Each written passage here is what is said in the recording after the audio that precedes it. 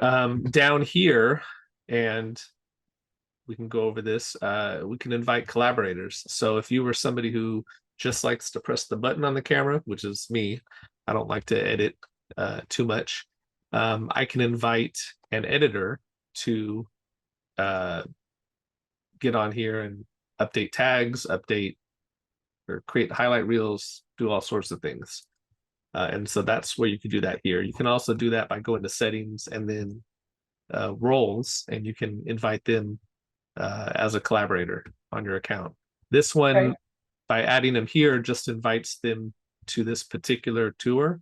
And I think with adding them through settings and roles, that's going to invite them to your entire account.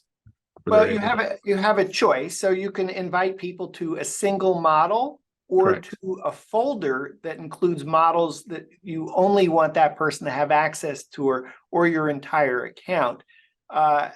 And it's do you want to talk about the process of how you invite someone as a collaborator? Sure. And I think you do it the same way, probably. So we'll create an internal email address. So it may be something like Matterport@scannerspace.com. And I'll invite that account as a collaborator, and then I'll give that account to a particular person that I want to have it.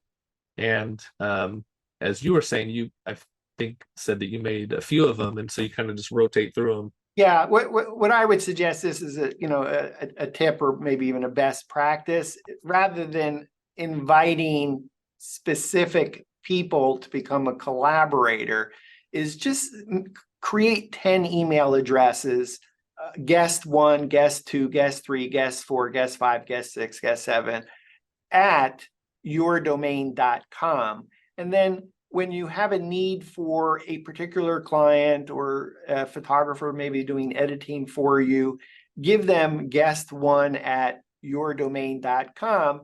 And then when you're done, or when they're done, then just change the password, recycle the email address, and it's a way easier, faster workflow.